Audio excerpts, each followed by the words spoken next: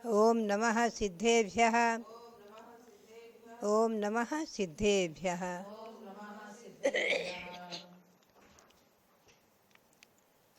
श्रीमते वर्धमानायो नमो नमिति विद्विषे यज्ञानान्तर्गतं भूत्वा त्रैलोक्यं गोस्वदायते। नमो वृषभसेनादि गौतमान्त्य गणोचिने मूलोत्तरगुणाढ्यायो सर्वस्मै मुनये नमः। सर्वस्मै मुनये नमः। वर्तमान में और अभी यहाँ विराजमान सभी आचार्य उपाध्याय साधुओं को नमोस्तु करते हुए आज महत्वपूर्ण दिवस श्रावण कृष्णा एकम, जैसा कि षटखंडागम ग्रंथ में पुस्तक नवमी में बहुत स्पष्ट कहा है कि पाड़िवद पूर्व दिवसे इन्होंने कहा है श्रावण मास बहुल पक्ष जुगादि पड़िवय पूर्व दिवसे जैन रयना कदा तेन इंद्रभूति भटारो वर्धमान तीर्थ ग्रंथ कत्तारो। वर्धमान जिनेन्द्र के तीर्थ में ग्रंथकर्ता कौन हुए? तो इंद्रभूति। तो लिखते हैं कि श्रावण मास की कृष्ण पक्ष का युगादि दिवस, प्रतिपदा दिवस, उसके युगादि माना है। इसे युगादि कहा है। तो ये आज का दिन सबसे पहले तो हम समझे युगादि दिन है।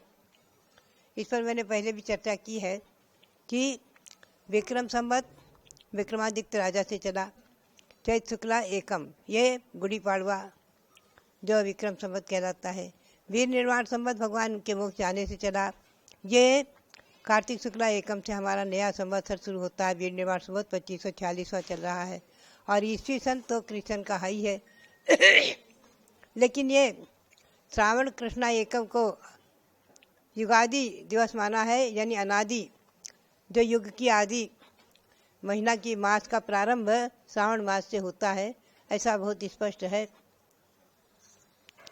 वासस्य पढ़म मासे पढ़मे पक्षम श्रावणे बहुले पाड़िवद पूर्व दिवसे तिथुपत्ति तो अभिजिम्मे।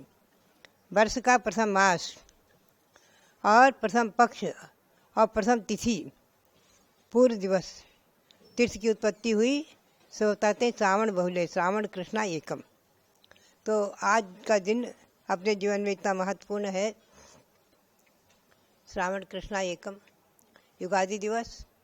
दूसरा भगवान महावीर की आज दिव्यध्वनि खिरी, तो दिव्यध्वनि दिवस।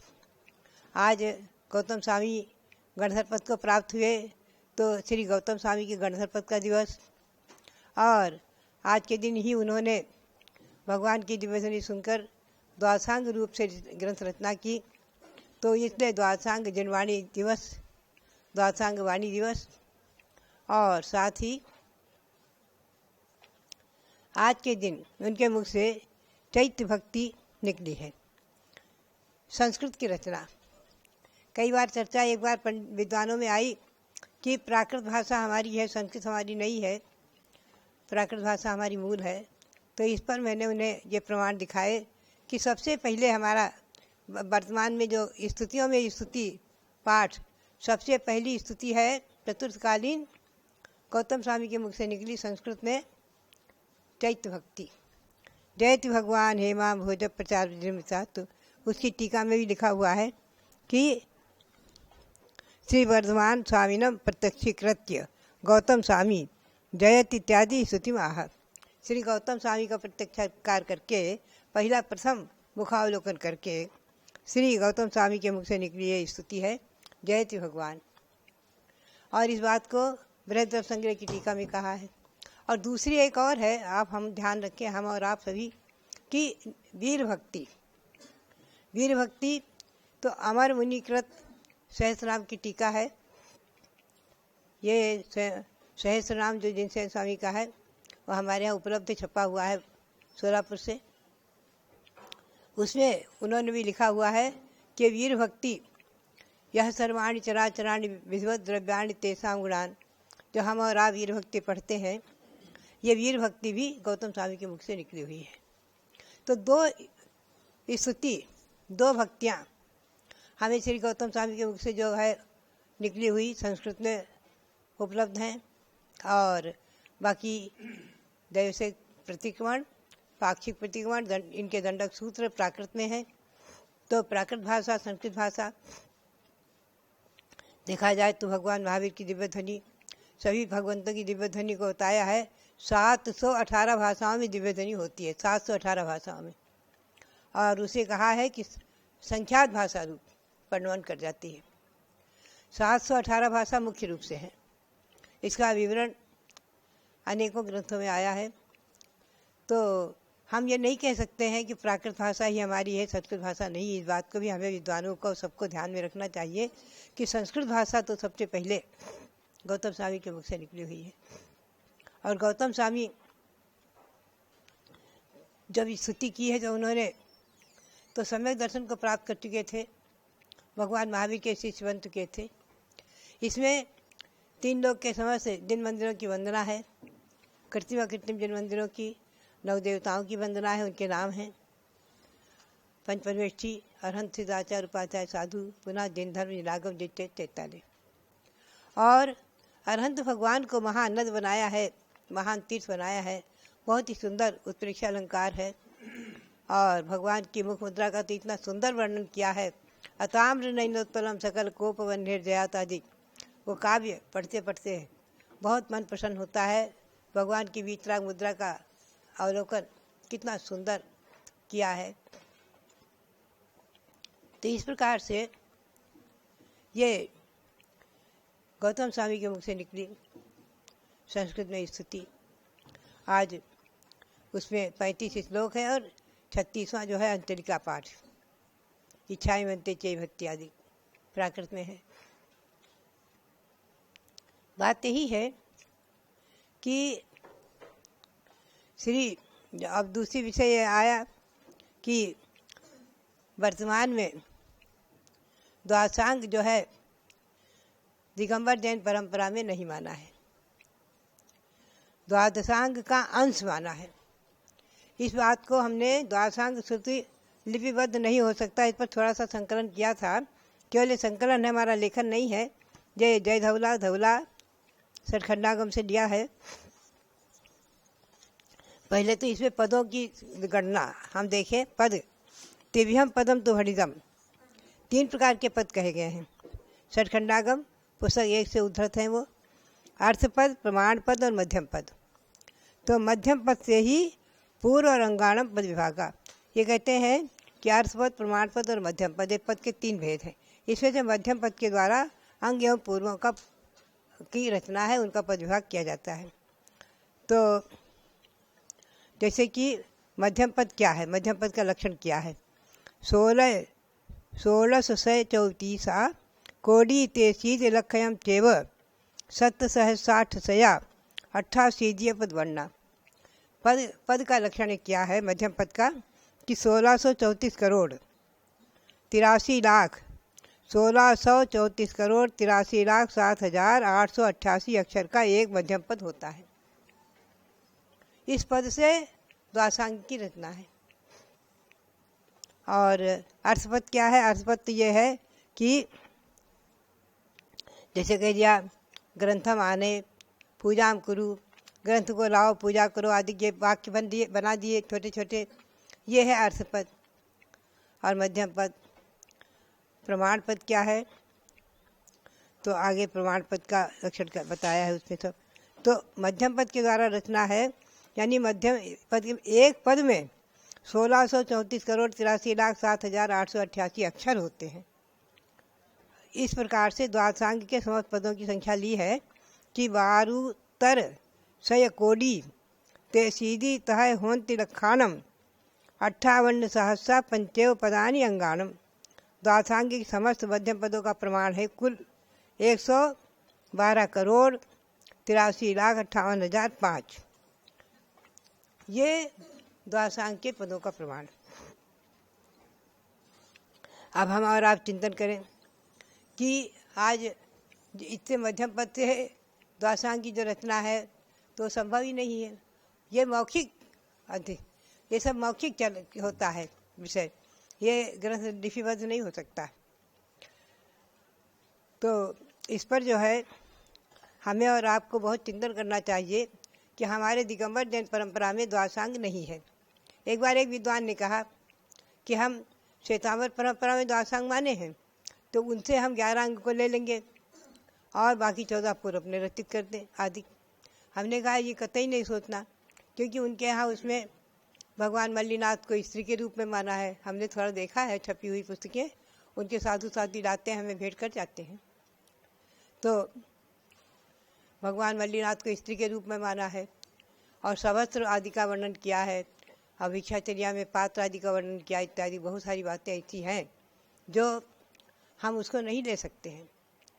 तो बात यही है कि हमारे यहाँ जो भी है सूत्र उपलब्ध हो, क्या कम है, वो तो समुद्र है। आज भी हम और आप जितना ग्रंथ उपलब्ध है हमारे सभी का अध्ययन कर ही नहीं सकते हैं। पूरा जीवन अपना खप जाएगा, लेकिन पूरे जितने भी ग्रंथ उपलब्ध हैं आज, उनका सबका अध्ययन नहीं हो पाएगा। इतने उपलब्ध ग्रंथ हैं, उन्हीं में से अध्ययन करें। तो खास करके फिर अंगबाह्य के अक्षर प्रकीर्णक अर्थात सामायिक आदि 14 अंग बाह्य के अक्षर 8,01,08,175 उनमें अंगबाह्य रचित हैं। अंगबाह्य से सामायिक चतुर्विंशति वंदना प्रतिक्रमण वैनयिक कृतकर्म 10 वैकालिक उत्तराध्ययन कर्म व्यवहार कल्पाकल्प महाकल्प पुंडरिक महापुंडरिक और निषिद्धिका। देखा जाए जो हम शुद्ध भक्ति पढ़ते हैं, शुद्ध भक्ति में सब नाम आ जाते हैं। अगर उसका अर्थ समझते हुए पढ़ें तो आनंद आता है। शुद्ध भक्ति में बहुत कुछ सार भरा हुआ है। पूज्यपाद स्वामी ने बहुत कुछ उसमें सार शुद्ध भक्ति में कर दिया है। बहुत सुंदर शुद्ध भक्ति है। स्तोष्य संज्ञानानि परोक्ष प्रत्यक्ष भेद विज्ञानी आदि। तो छोटी सी चर्चा मैंने की। अब इसमें अगर आज हम देखें तो कहाँ तक कैसा क्या अंगपुर की रचना का है हमारे यहाँ, तो बहुत स्पष्ट वर्णन है कि 683 वर्ष तक अंग और पूर्व का ज्ञान रहा है। तो उसका क्रम बताया है धवला कसाय पाहुड़ पुस्तक 1 में और धवला सरखंडागम पुस्तक 9 में सब वर्णन आया है। बहुत स्पष्ट पहली पुस्तक में भी आया है। उसका सार मैं पढ़ूँ कि जिस दिन भगवान महावीर स्वामी मोक्ष को प्राप्त हुए उसी दिन गौतम स्वामी को केवल ज्ञान हुआ। ये 12 वर्ष तक केवली पद में रहे हैं गौतम स्वामी। और जिस दिन गौतम स्वामी को मोक्ष हुआ उसी दिन सुधर्मा स्वामी सुधर्माचार्य केवली हुए, जो ये गणधर थे। ये भी 12 वर्ष तक केवली रहे। पुनः जिस दिन ये मोक्ष को प्राप्त हुए उसी दिन जम्बू स्वामी को केवल ज्ञान प्राप्त हो गया। तो ये 38 वर्ष तक केवली रहे। इसके अनंतर मोक्ष को प्राप्त किया। पुनः कोई अनुबद्ध केवली नहीं हुआ। अनुबद्ध माने उसी दिन किसी को केवल ज्ञान नहीं हुआ। यह अनुबद्ध केवली का लक्षण है। वैसे अनुबद्ध केवली का ये लक्षण है जम्बू स्वामी तक का। और केवलियों में अंतिम केवली हुए हैं श्रीधर, जो कुंडलगिरी से मोक्ष को प्राप्त हुए हैं।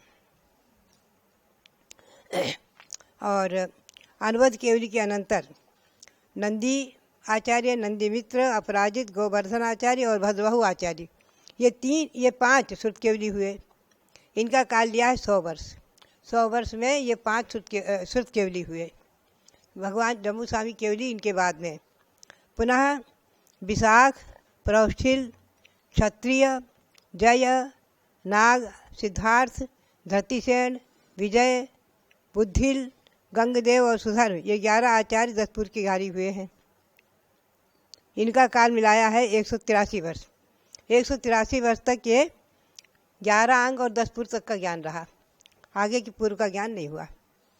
अनंतर नक्षत्राचार्य, जयपाल आचार्य, पांडु आचार्य, ध्रुवसेन आचार्य और कंस आचार्य, ये 5 आचार्य 11 अंग के धारी हुए। पूर्व का ज्ञान समाप्त हो गया। इनका काल 220 वर्ष है। 220 वर्ष के अंतर्गत ये हुए हैं। इसके अनंतर सुभद्र, यशोभद्र, यशोबाहु और लोहाचार्य, ये 4 आचार्य आचार अंग के मात्र धारक हुए। 1 अंग का ज्ञान रहा। बाकी आगे के अंग और पूर्व का ज्ञान नहीं रहा। ये चारों आचार्य 11 अंग और 14 पूर्व में से एक देश के ज्ञाता रहे। इनके एक देश के ज्ञाता रहे और 1 अंग का आचार अंग का पूरा ज्ञान था। इनका काल कहा 118 वर्ष। इस प्रकार से गौतम स्वामी से लेकर के आचारांगधारी आचार्य तक का काल 82 वर्ष, 100, 183, 220 और 118 को जोड़े तो 683 वर्ष प्रमाण होता है। 683 वर्ष तक अंग और पूर अपने यहाँ रहा है दिगंबर जैन परंपरा में। इसके अनंतर लिखा है त्रिलोपन इत्यादि ग्रंथों में कि 20,317 वर्ष तक धर्म प्रवर्तन काल रहेगा ही रहेगा, धर्म प्रवर्तन काल रहेगा और श्रुत तीर्थ चलता रहेगा। पुनः काल 2 से समाप्त को प्राप्त हो जाएगा। तो वो श्रुत क्या रहेगा तो बताया चतुर्विध संघ रहेगा, चातुर्वर्ण संघ जन्म लेता रहेगा। त्रिलोपनिषद में पंक्ति आई है। चतुर्विध संघ रहेगा माने पंचम काल के अंत तक 21,000 वर्ष तक चतुर्विध संघ रहेगा और धर्म तीर्थ चलेगा, उसकी विच्छुत्ति नहीं होगी। जय भगवान महावीर के शासन काल का वर्णन आया है, अंतिम वीरांगन मुनि होंगे बस। तो कुल मिलाकर मेरा कहना ये रहा कि ये 11 अंग 14 पूर्व के विषय में चर्चा की मैंने थोड़ी सी। तो और धरसेना इसके बाद बताया है कि कुछ वर्षों बाद धरसेनाचार्य हुए जिन्हें अग्राणीय पूर्व के पंचम वस्तु के चतुर्थ प्रावध का ज्ञान था। अग्राणी पूर्व का कुछ अंश, अग्राणी पूर्व के कुछ अंश का ज्ञान था। तो उन्होंने अपना वो ज्ञान कर्म प्रकृति प्रावध, महाकर्म प्रकृति प्रावध नाम का प्रावध का ज्ञान था।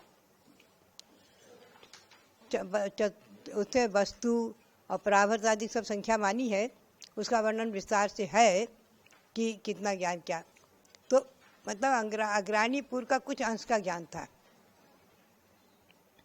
वो ज्ञान उन्होंने पुष्पदंत भूतबली को दिया और भूतबली ने पुष्पदंत आचार्य ने एक ग्रंथ जो पहली पुस्तक है छठखंडागम की, वो पहली पुस्तक श्री पुष्पदंत आचार्य की है।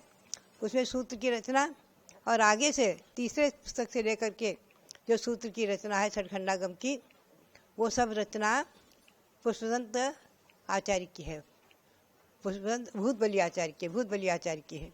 तो पुष्पदंत भूतबली ने छठखंडागम रूप में हमें सूत्र दिए, ग्रंथ दिया, ज्ञान दिया। उसी का अंश रूप गोमरसार जीवकांड आदि सब जिन्होंने निविजन सिद्धांत चक्रवर्ती ने दिया। तो बात यही है कि दिगंबर जैन परंपरा में 683 वर्ष तक ही अंग और पूर्व के ज्ञान के धारक हुए हैं, बाद में उसके अंश के ज्ञान के धारक हुए हैं। आज देखा जाए तो उस अंश का भी अंश हमें अगर आपको हमें प्राप्त हो जाए तो बहुत बड़ी बात है। शास्त्र में तो वर्णन आया है, एकादशांग भ्रत जाता सारिकापि सुलोचना। सुलोचना के बारे में वर्णन आया है कि आरिका सुलोचना जय कुमार भगवान शबदेव के समय जो हुए हैं, जय कुमार सेनापति भरत के। तो सुलोचना को 11 आरिका बनी तो उनको 11 अंग का ज्ञान था। तो सभी आचार्य महाराज कहा करते थे, धर्मसाजी महाराज पर बहुत जोर देते थे। उनका कहना था कि इसका मतलब यही है कि गणनी माताएं तो 11 अंग तक का ज्ञान रखती थी, क्योंकि उनके संग की जब आरिकाओं को ज्ञान हो और उनको न हो ऐसा संभव ही नहीं है। गणनी तो ज्ञान में और सभी में श्रेष्ठ और श्रेष्ठ रहती ही थी। तो बात यही है कि आज जो उपलब्ध श्रुत है वो भी एक समुद्र है, महासागर है। देखा जाए विचार करके तो छठखंडागम ग्रंथ और उससे निकले हुए जो गोमरसार जीवकांड, गोमरसार कर्मकांड, त्रिलोकसार और लब्धिसार और छपड़ासार, ये 5 जो हैं, इन्हें पंच संग्रह नाम दिया है, बहुत ही महत्वपूर्ण है। देखा जाए तो क्रम से हम सभी साधुओं को इनका अध्ययन थोड़ा थोड़ा करना ही चाहिए। समझ में आए तो अच्छा, नहीं समझ में आए तो भी पढ़ना चाहिए। गोमरसार जीवकांड में गुणस्थान और मार्गणाओं का वर्णन है और कर्मकांड में 148 कर्म प्रकृतियों को ही सब प्रकार से बंधु से सत्वादि के रूप में विस्तार से लिया है। और लब्धिसार छपड़ासार में इन्हीं कर्म प्रकृतियों के बारे में ही विशेष चर्चा है, कहाँ कितने प्रकृतियों का छपन आदि होता है। और त्रिलोकसार में 3 लोक का वर्णन है, अधोलोक, मध्यलोक, ऊर्ध्वलोक का वर्णन है। तो बात यही है कि इन्हीं का सार थोड़ा बहुत हम और आप उसका सार का स्वाध्याय लेने, सार में भी सार और सार में भी सार निकालें थोड़ा थोड़ा, तो आज अपना स्वाध्याय का जो समय बीतता है तो मैं समझती हूँ जो स्वाध्याय में जो आनंद आता है वो आनंद एक अपने आप में अभूतपूर्व है। स्वाध्याय का आनंद, स्वाध्याय की चर्चा, शास्त्र में जो लिखा हुआ है उसका अध्ययन पठन पाठन, उसमें जो अपना समय व्यतीत होता है उसमें असंख्यात गुण श्रेणी रूप से कर्मों की निद्रा होती है। कल भी मैं यही चर्चा कर रही थी कि आचार्य श्री वीर साहब जी महाराज के मुख से कई बार ये शब्द मैंने सुने हैं। वो कहा करते थे कि हम जब स्वाध्याय करते हैं छठखंडागम ग्रंथ का तो बहुत कुछ अंश समझ में नहीं आता। मैंने स्वयं जब उसकी संस्कृत टीका लिखी है तो जितने उसके गणित के विषय थे और बहुत गूढ़ सैद्धांतिक विषय थे मैंने उनको छोड़ दिया और मैंने लिख दिया कि धवला टीकायाम द्रष्टव्यम, धवला टीका में आप देखने पढ़ लें। जो सरल सरल विषय हमें समझ में आया उसकी तो हमने संस्कृत टीका कर दी। बात यही है कि इतना समुद्र है छठखंडागम कि हम और आप उसे पूरा हृदयंगम नहीं कर पाते।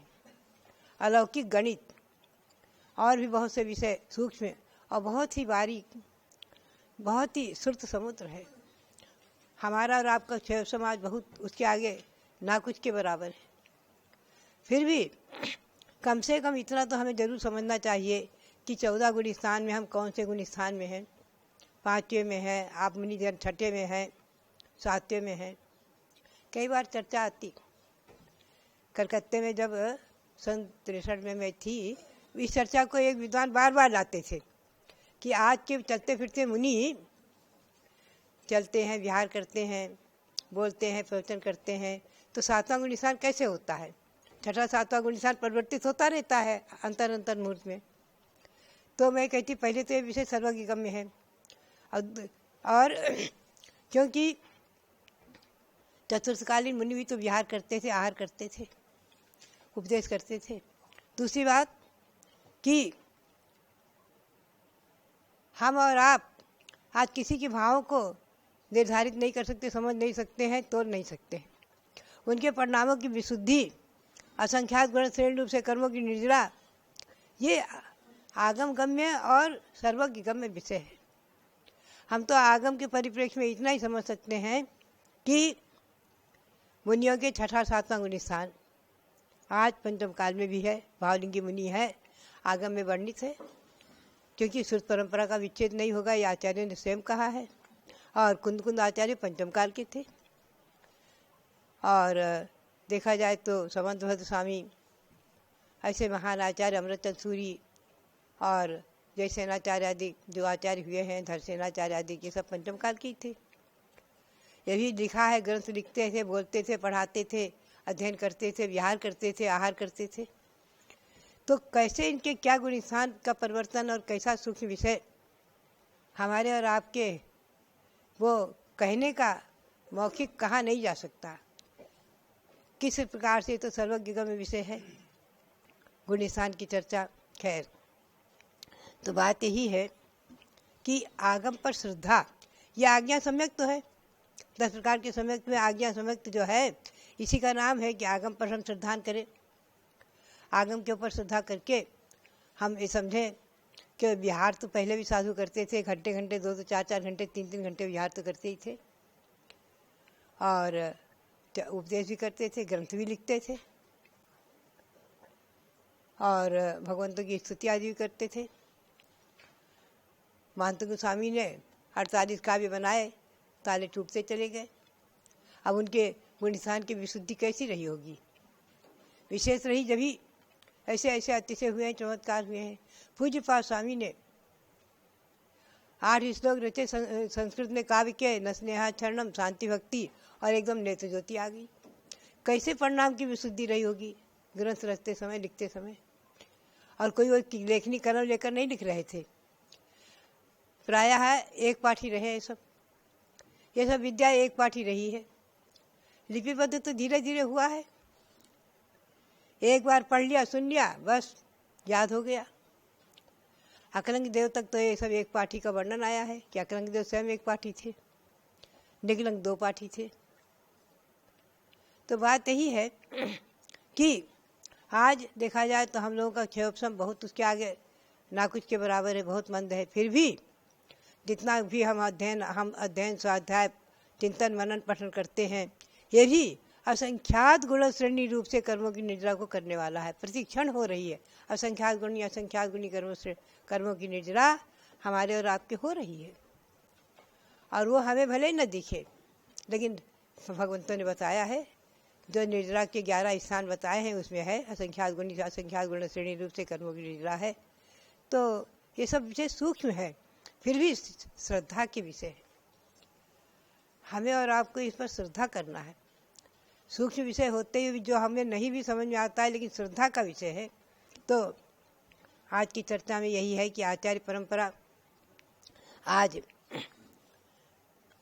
से जो चली, और जो भगवान महावीर स्वामी अर्थकर्ता और ग्रंथकर्ता श्री गौतम स्वामी, उसके बाद परंपरा से आचार्यों ने आज तक जो हमें ग्रंथ दिए, ये अमूल्य धरोहर, आज उन ग्रंथों का आज के दिन तो हमें सबको संकल्प लेना चाहिए कि हमारे मंदिरों में जो ग्रंथ हैं हस्तलिखित है या छपे हुए हैं, उनकी सुरक्षा अच्छी तरह से हम करें, और उनका प्रकाशन, उनका मुद्रण और उनका संरक्षण अच्छी तरह से करें, और उसमें घालमेल न होने पावे।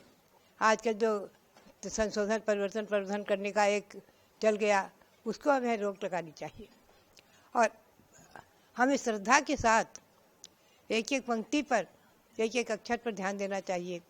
जो जहाँ नहीं समझ में आता है उसे वहाँ विशेषार्थ में लिख देना चाहिए कि ये हमें समझ में नहीं आया। सबसे अच्छी बात यही होती है कि इसका हमें समझ में नहीं आया इतना विषय। बात यही है, इस प्रकार से हम और आप सभी भगवंत की वाणी का आज के दिन जो उपलब्ध हुई, भगवान महावीर स्वामी के मुख से जो दिव्य ध्वनि के रूप में प्रकट हुई, और भगवान महावीर स्वामी की वाणी जो 718 भाषा रूप में मानी गई है, और उसमें से जो कुछ भी आज उपलब्ध है उसको साक्षात भगवान की वाणी मानना। उसमें आया है एक ग्रंथ में, जय धौला में कहीं पर, कि जैसे घड़े भर अमृत और एक चुल्लू भर अमृत, तो चुल्लू भर भी जो अमृत है वो अमृत ही है। जैसे गंगा नदी का जल एक कटोरी में आया है तो गंगा नदी का है, उसी प्रकार से हमें वर्तमान के आगम को भी प्रमाण मानना चाहिए, भगवान की वाणी मानना चाहिए, चुल्लू भर जल के समान, अमृत के समान। ऐसा उल्लेख सचखंडागम ग्रंथ आदिकों में आया है। ये अमृत के समान वाणी हमारे और आपके जीवन में हमें और आपकी आत्मा को अजर अमर बनावे। इसी भावना के साथ आप सबको नमन नमोस्तु करते मुनियों को, और जो श्रावक और विद्वान जो है उनके लिए बहुत बहुत मंगल आशीर्वाद, बहुत बहुत मंगल आशीर्वाद।